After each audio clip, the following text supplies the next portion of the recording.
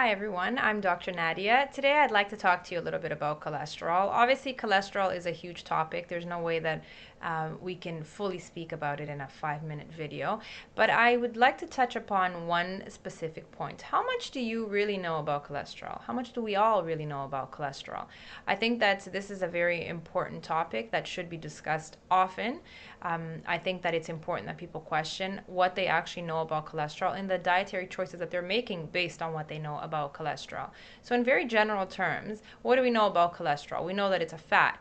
We know that part of it comes from dietary sources, and we hear a lot about saturated fat, and we also hear a lot about good cholesterol and bad cholesterol, and we base a lot of our decisions on this.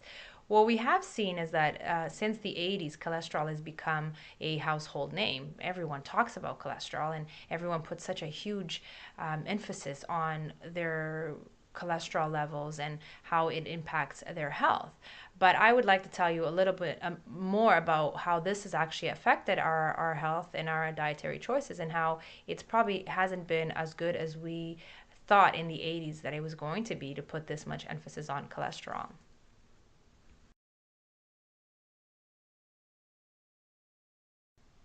So, as I was saying, there was a huge health campaign in the 80s that actually had really good success because it really did drive home the message that consuming cholesterol and saturated fat was actually very unhealthy. So, what came out of this was that our dietary guidelines changed.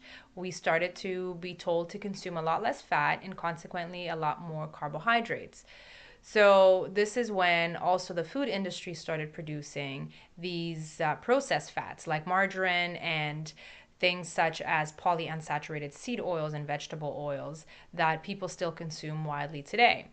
What we are now starting to see is the consequences of this. So, the obvious consequences of increasing the carbohydrate intake in our diets and decreasing fat intake has been that our obesity levels have actually increased by an immense percentage. If we look at diabetes, back before there were diabetes medication, uh, before the 1921, doctors used to treat diabetes with certain types of diets, very similar to what we now called LCHF, or low carb high fat diet, or Banting, or whatever you want to call it.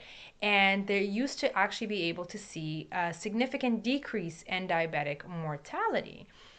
Since the 90s, however, between 98 and 2007, there actually was a huge increase, a 70% increase in diabetic morbidity.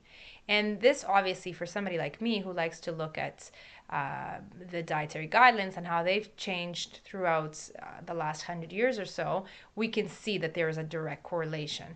I'm not necessarily saying causation, but you can decide how you would want to call it. Back to cholesterol, however. So now we've got this good cholesterol, bad cholesterol. So often you'll hear talk about LDL, HDL, but do you really know what that means and how it's affected?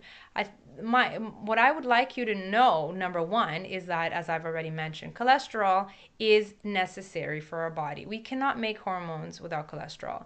You cannot make membranes without cholesterol. You cannot make vitamin D without cholesterol. I mean, the list goes on and on. It's actually very detrimental to not have enough cholesterol. And we can see some of these deficiencies in people in any medical office on a daily basis. However, the focus on reducing cholesterol has been so high that it's actually had a lot of other detrimental effects, as I've said, not just in diets and how it affects diabetes, but it's actually affected many other things. I'll give you an example.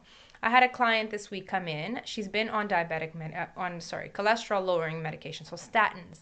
She's been on these for 5 years. Her cholesterol was above normal levels. Let me tell you right now that she didn't consume a high fat diet. And this is a complicated thing, but I would like to get into it a little bit later about how cholesterol is actually made in the body.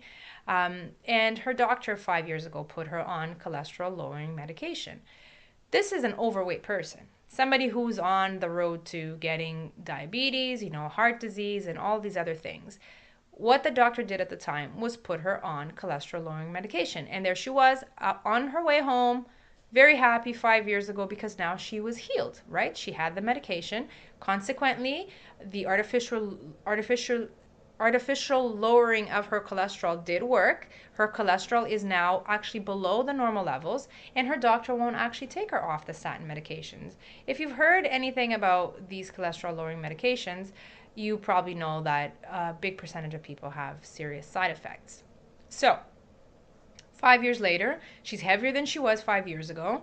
Her pre diabetic state is obviously very something that worries her a lot, worries me a lot, it worries her doctor a lot. So now she's on the road to obviously getting some diabetic medication. And again, she's going to go on this cycle, and 5 years from now she'll probably have something else, and nobody's really treating the cause of the problem. And what is the cause of the problem? It's obviously her diet. She's overweight, so she needs to lose weight. So we've put her on an LCHF diet, and in a short amount of time her glucose levels have normalized as expected on an LCHF diet. She no longer needs diabetic medication, but she's still on this cholesterol lowering medication.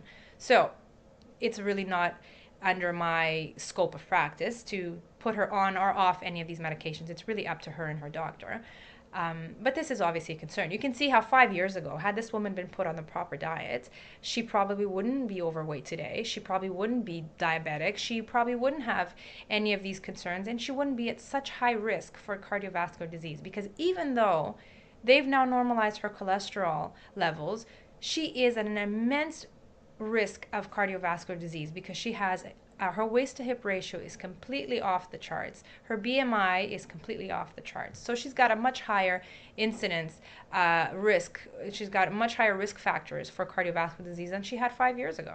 So my take home message today is you really don't know that much, or at least as much as you think you know. None of us do really about cholesterol. But the huge focus that we've placed on cholesterol has actually made us ignore all the other extremely important risk factors. What I do know about the LCHF diet is that it actually improves your good cholesterol, so what we call HDL. It also increases your total cholesterol at times, but it improves all your other risk factors for cardiovascular disease. And of course, cardiovascular disease is a concern, and we should be focused on that. I just don't think that we should be focusing so much on cholesterol as being the bad guy here, because the last thing I'll tell you about this, and I'll leave you to think about it on your own, is that 75% of people that have their first heart attack actually have normal levels of cholesterol.